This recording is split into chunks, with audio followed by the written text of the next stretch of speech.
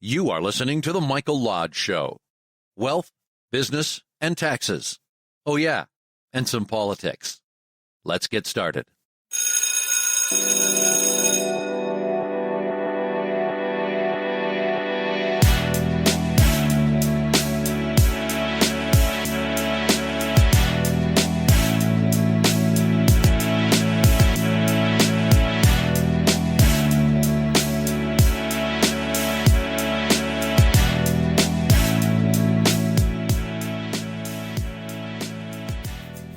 It is a beautiful morning.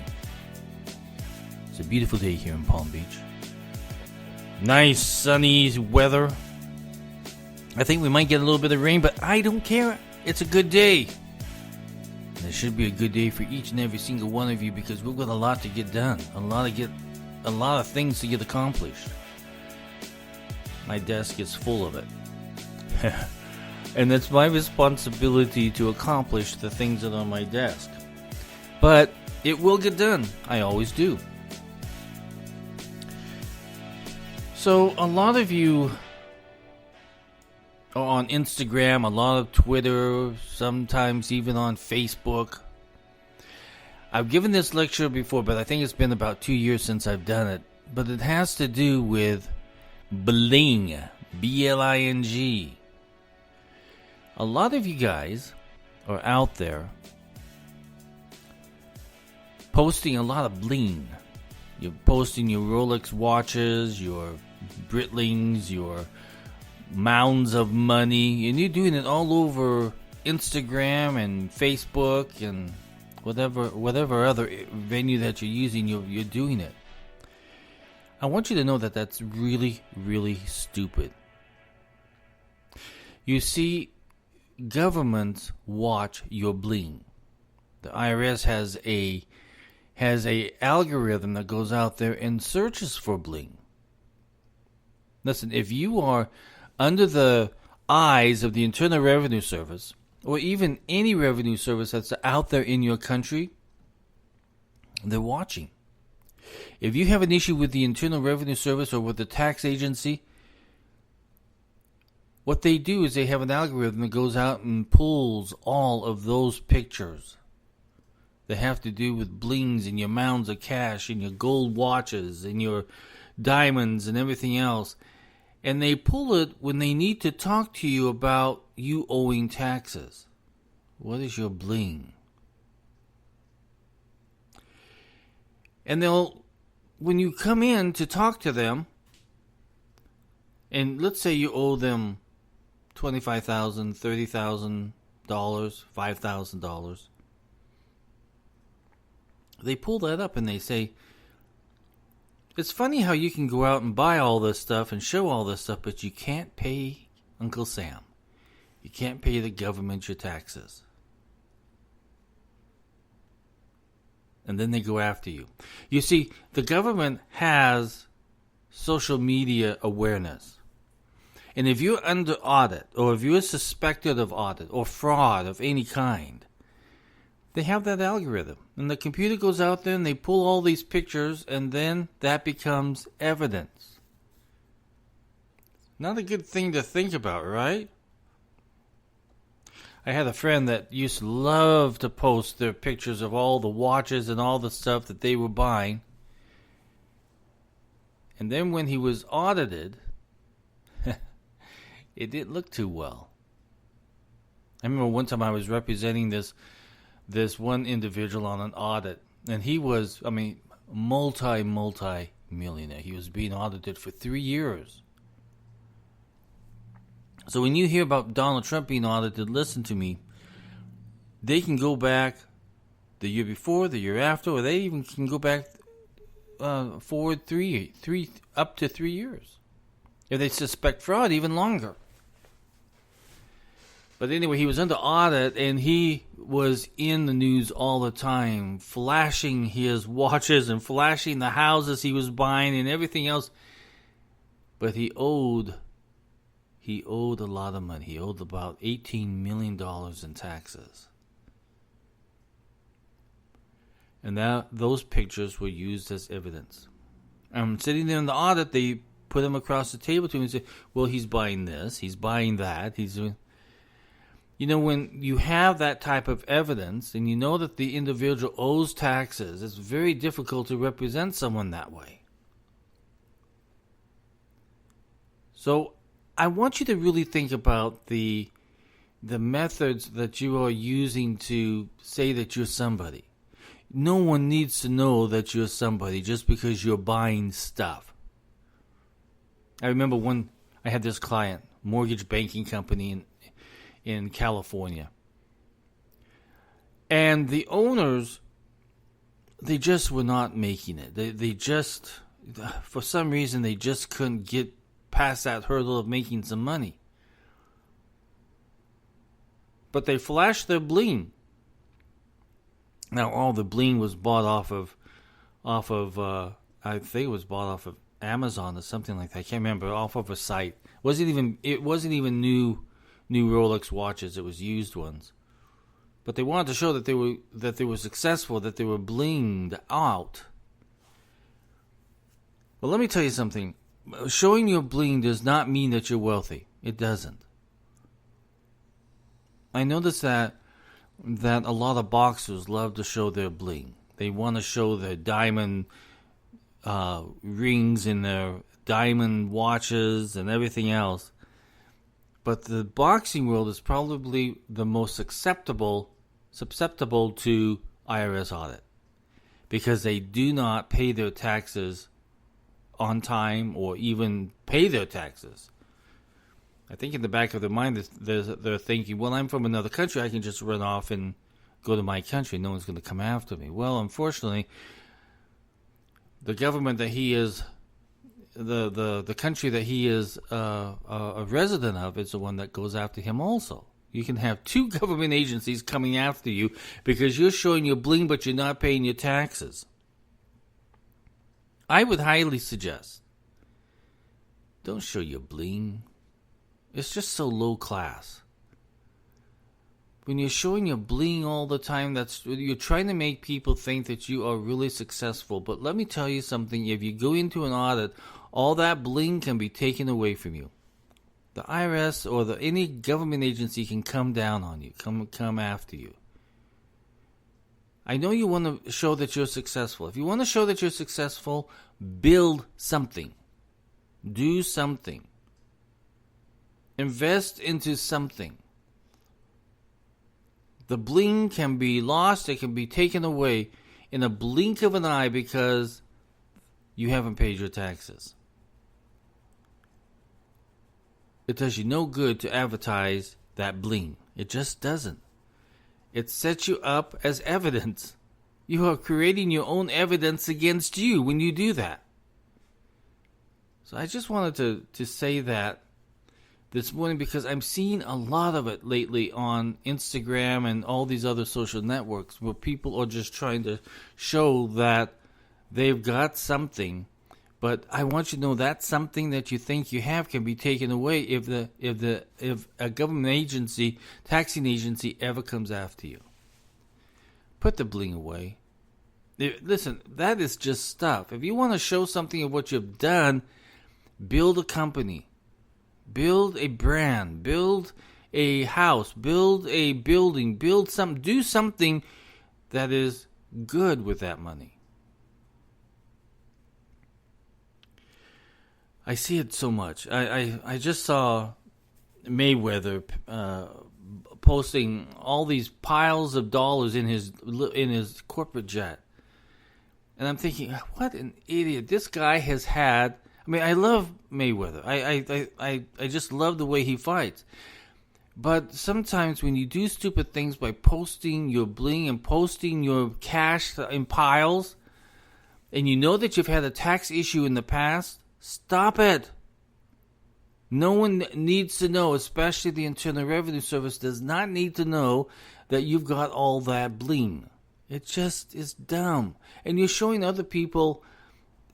You're not showing them success by posting piles of money. That's not success because one good windstorm, one good bad decision, and all that's gone.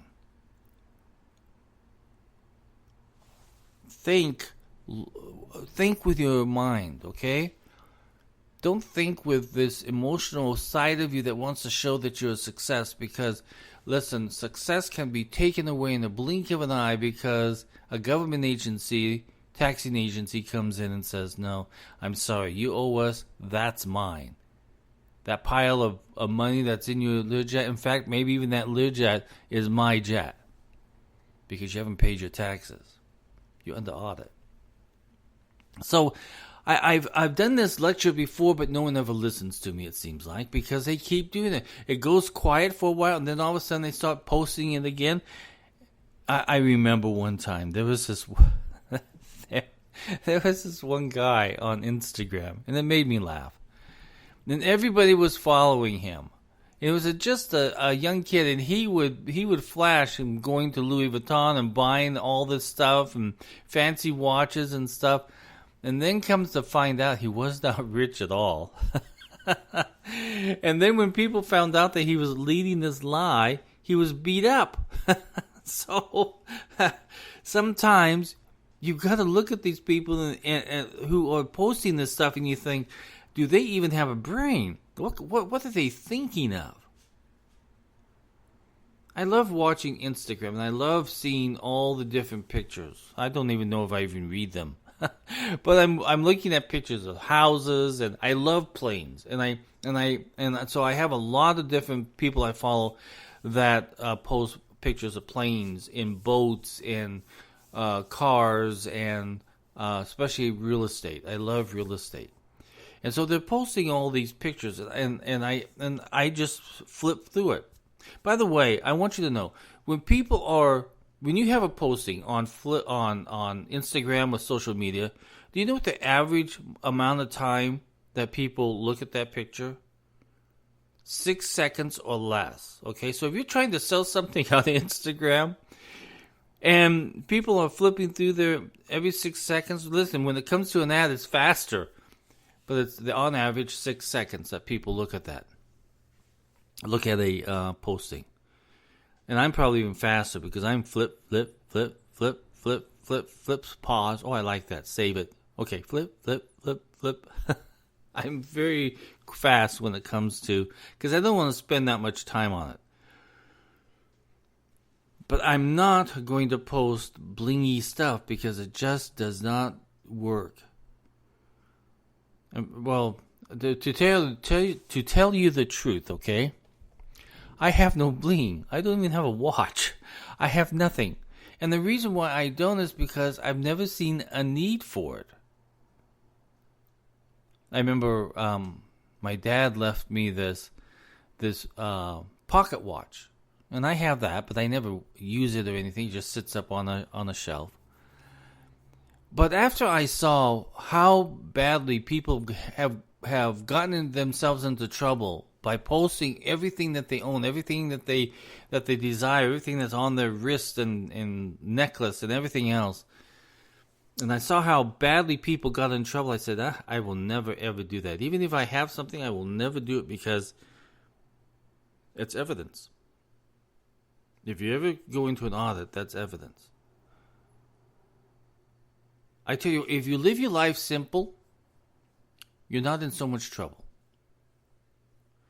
If you live your life where you don't need to tell everybody about your business, about what you own and what you don't own, life will be much easier.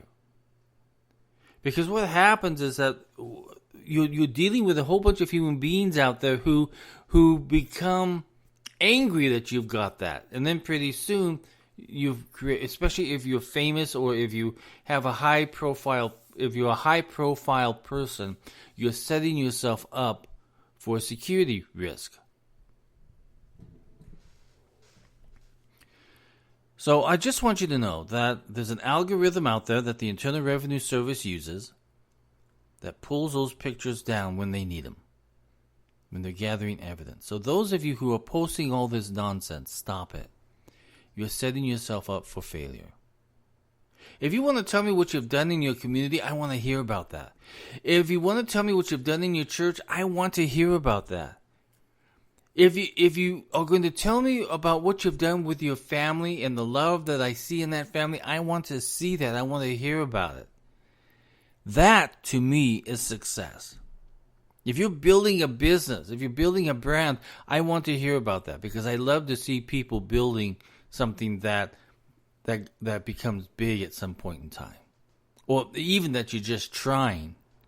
I love to see people try.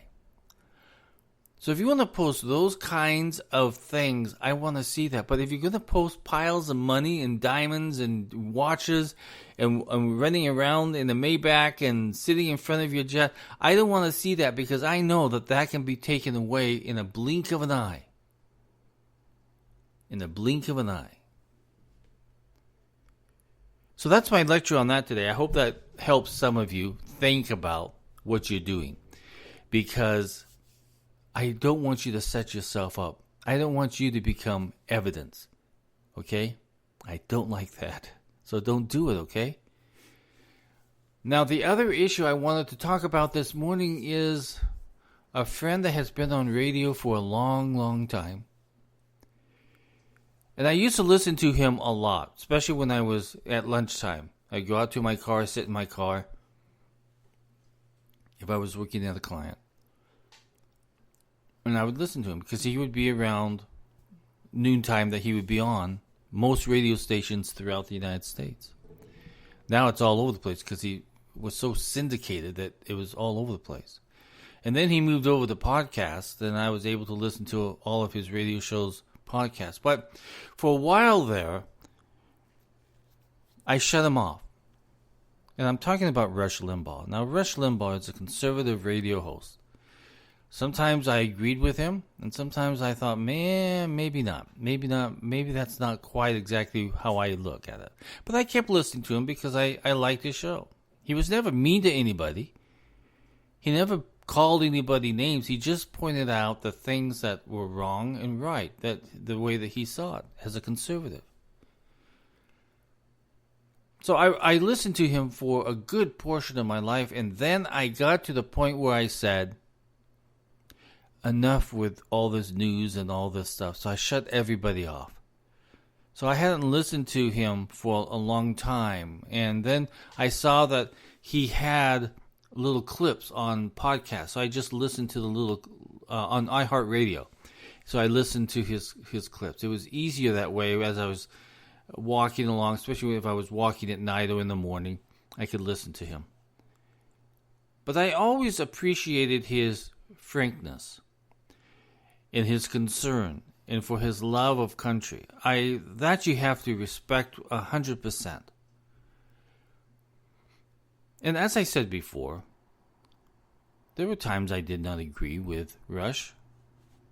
I'm pretty sure that if we were sitting across the table from each other, that he and I might not agree on everything, but we'd walk and get up and shake hands and still be friends. And throughout the years, that's how I approached it with Rush. Is that I liked a lot of what he said, and there were some things I didn't like, but he was still my friend on the radio. And there's nothing wrong with that. That is the way that life should be, is that we respect people even though we disagree with them at times. Unfortunately, Rush is gone, passed away yesterday, and he will be missed. And we have to admit that he was a legend in the conservative radio talk show arena. In fact, he really pretty much started it. He was the one that first approached it on radio. He became almost listened to worldwide. The liberals tried to copy him, but never could. They came up with a whole bunch of different styles of radio programs, but could never copy what Rush did. And the reason why is because the liberal radio hosts became angry. They became mean. Rush never became mean. Rush was never angry. But when the Democrats tried to copy his style, it just never worked, and it still does not work to this day. When you have anger and hate it comes out in your voice. And that's the problem with the liberal side of radio. It is hateful. I was looking at David Limbbaugh. I follow him on Twitter. And he came out this morning and he stated how much he will miss his brother and all the good things that he had done within the family and also in conservative talk radio. The comments, I said, you know what, I've got to read the comments. The comments, the good comments, outweighed the bad.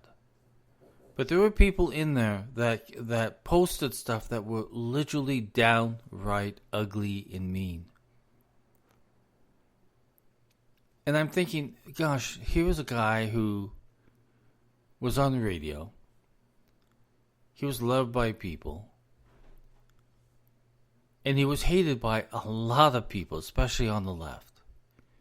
But even on his death, they could not leave him alone. They had to come on and they had to write really dirty, nasty, hateful comments about a man who has just died. They can't even let anybody rest in peace. There have been a lot of individuals that I just never agreed with who have passed away. But I never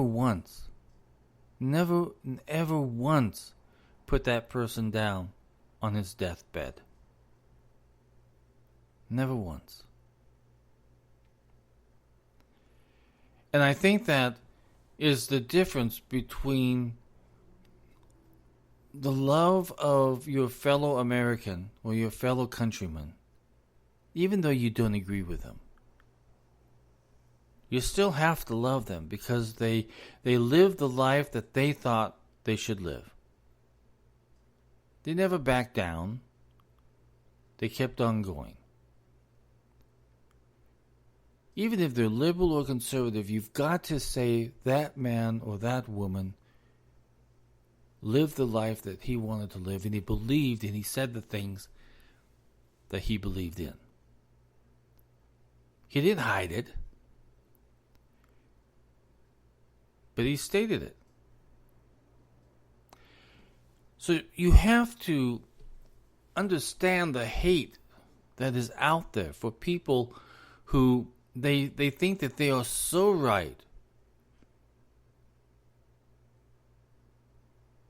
And they will hate you for what you believe in because you don't believe in how they believe. But you have to look at the life of Rush. Look at his whole life.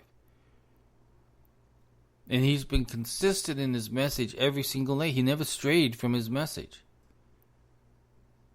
Consistency and the belief in his message, in his views, he never strayed from.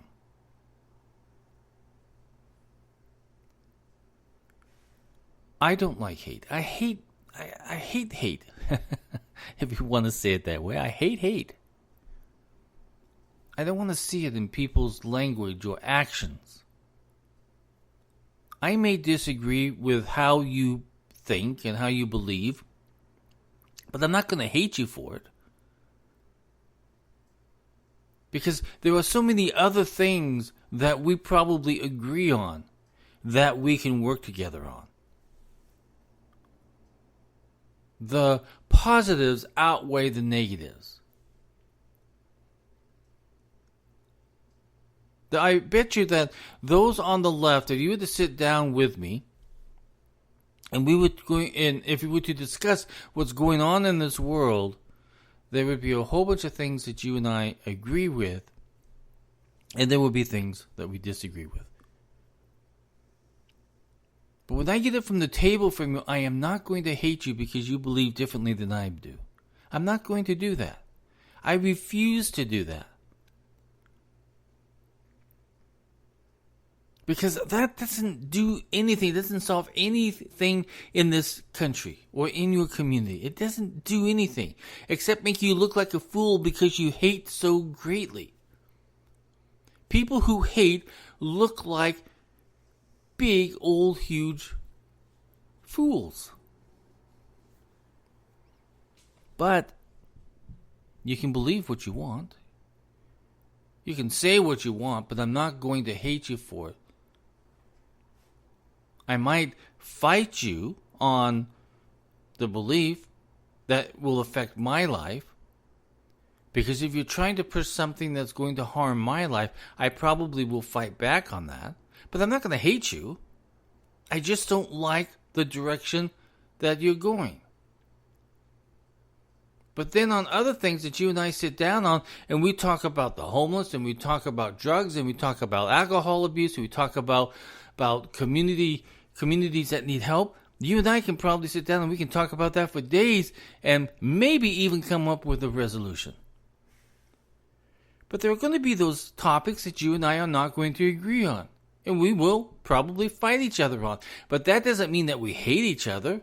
We just have a difference of opinion of where we think this country or community should go. But I was reading all those comments on David Rush, and I felt sorry for David because those guys were mean. They were downright dirty. I'm so thankful that there were so many comments on there that was so positive and uplifting, especially when you have a brother who has lost a brother. People who write such evil and hateful comments to a brother who just lost his brother, who loved his brother, is downright disgusting. So we have to say goodbye to Rush. It'll be interesting to see who will pick up his mantle. Listen, if anybody goes into his shoes or tries to fill his shoes, it's going to be a tough road because you've got to realize that people are going to hate you because of your beliefs as a conservative. But we have to say goodbye to Rush, and I say to him, thank you for all the good years that I listened to you. Thank you for all of your opinions and views and advice that you've given to America throughout the years. I thank you for that. All of those of you who want to hate, it's a sad situation. We have to keep moving forward, and we keep trying to do good to everyone. No matter, even if you don't believe in their view, you still have to respect. Still have to respect. So that is my comment today. It was really far a difference, right? I mean, we went from showing off Bling to talking about death. That's what life is, right? I mean, at some point in time, we've got to realize that things really don't have any meaning in our life, but it's what we contribute back to our communities and to our nation that makes a difference. And I love to hear those stories, people who make a difference. On both sides of the aisle, we all have these ambitions to do great things on the left and on the right. And I love to hear those stories. And if you have some stories to tell me, I'd love to hear them. Tell them to me. I'll listen. We'll sit down. We'll have a cup of coffee. So many times I've asked people who did not believe with me, who did not believe in my comments and my statements politically. I've invited them, come and talk with me. Let's sit down and let's have a conversation. I've never, ever had anybody accept my invitation. But I know a lot of people who don't believe as me, and they're my best friends. There are people who make me laugh. There are people who really cook good food. There are people who treat their families very well. We may not believe politically, but we believe in the pattern of life that treats people nicely, not with hate. But I've invited several times on this podcast. Listen, if you believe differently than me, let's talk. Let's talk about it. I'll be more than happy to sit down and talk with anybody about how they believe and they don't agree with me. That's fine. I love that. I love that challenge. That's a challenge, right? But I have a rule, and that rule is that after our discussion, We have to stand up, we've got to shake hands, and we have got to be friends. I don't care how much you hate me, by the end of our conversation, I'm telling you, you're going to be my friend. That's just the way it is. Even if you're listening to me now, you may not believe in what I'm saying, but you're still going to be my friend. I don't care. I refuse to have an enemy. I will turn my enemy into my friend. I don't care who you are. So we're getting very close to the weekend. I hope everybody's planning a good weekend. I am going to be working. I've got a lot of stuff to do this weekend. I enjoy the weekends because when everything's quiet, when there's no phones ringing, no conference calls that I need to make, and I can just sit there and literally focus on what I'm doing, I love that more than anything else in the world. The only things that bug me are my 3 dogs, because they have to think that they need to go out every single hour. And they never do anything. They just go out there and smell other dogs. So, but they feel as though that they need to interrupt me of what I'm doing. They're the only things that interrupt me on the weekend and tell me, no, we want to go outside right now. And they will literally sit there. All 3 of them will sit in front of me, going round and round in circles, barking, wanting to go out. But they don't do anything when they get outside. So I've limited them to every 3 hours we'll go outside. That's the rule. Not when you tell me that you need to go, because now I know your little tricks. The problem is that these dogs have more friends in this city than I do. They have built up this friendship with a whole bunch of dogs out there. And I have not built one single friendship in the city. One, because of lockdown and everything else, but it's mostly because I'm stuck in this office doing work. But my dogs, I tell you, they are social butterflies. Life is good, isn't it? Life is full of surprises and full of mystery and full of not knowing what's going to happen the next day. And I love that part of life because I know that I'm going to tell a new story tomorrow. And I'm going to hear a new story from somebody who talks with me. I love stories. And I think that's one of the things that we have got to do better at is tell stories. We've lost that art. We have literally lost that art. Now we are down to texting and emails and everything else, but we never sit across another person and listen to their story. Or hear their jokes. Or hear their thoughts on life. Sad. So as soon as we can get these things off our face, these masks, and start being able to read lips again, we need that so badly. I think that we have lost our ability to really communicate well. It's funny how 1 year of being locked down and wearing these masks. I mean, I feel so stupid sometimes because I will be walking along in a grocery store, and I see people coming and I'm smiling, but then I realize that they can't see my smile because I've got this mask on.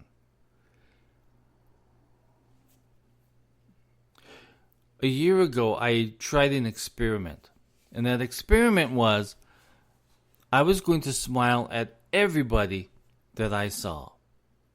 Now, when I did that experiment, I did it for about 1 or 2 months. I got a variety of responses. I got people who smiled right back. I even had people thank me for the smile. And they started a conversation with me. Even in the aisles of a grocery store, I would smile at people and they would start talking to me.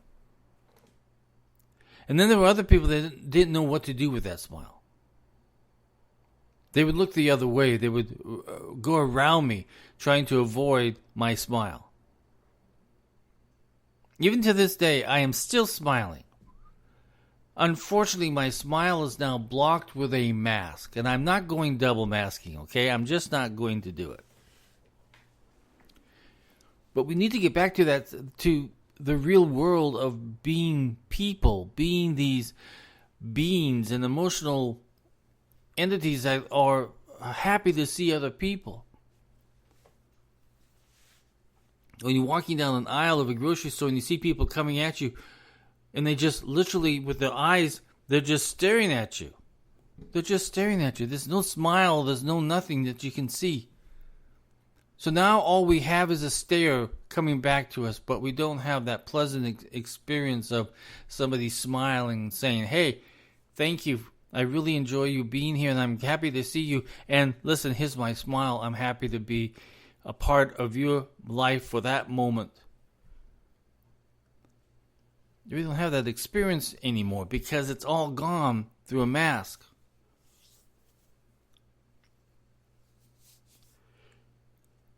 I really went a long time on this lecture, huh?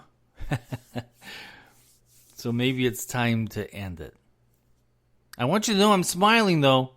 As I'm doing this, I am smiling. I hope you can feel that smile. Everybody go out. Have a great day. Do great things for somebody. This is Mike Lodge. Bye-bye.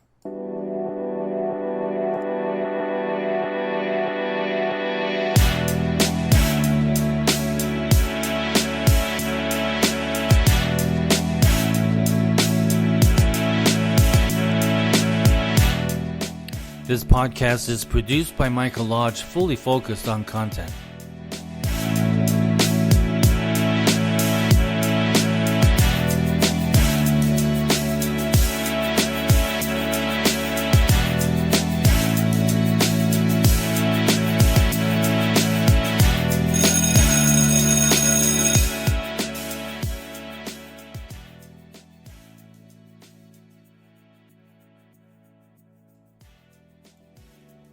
Hi, this is Mike Lodge of The Michael Lodge Show. Join me on iHeartRadio and other podcast stations as we talk about wealth, business, and taxes. Oh, and some politics. Join me every day on the podcast that keeps focused on business.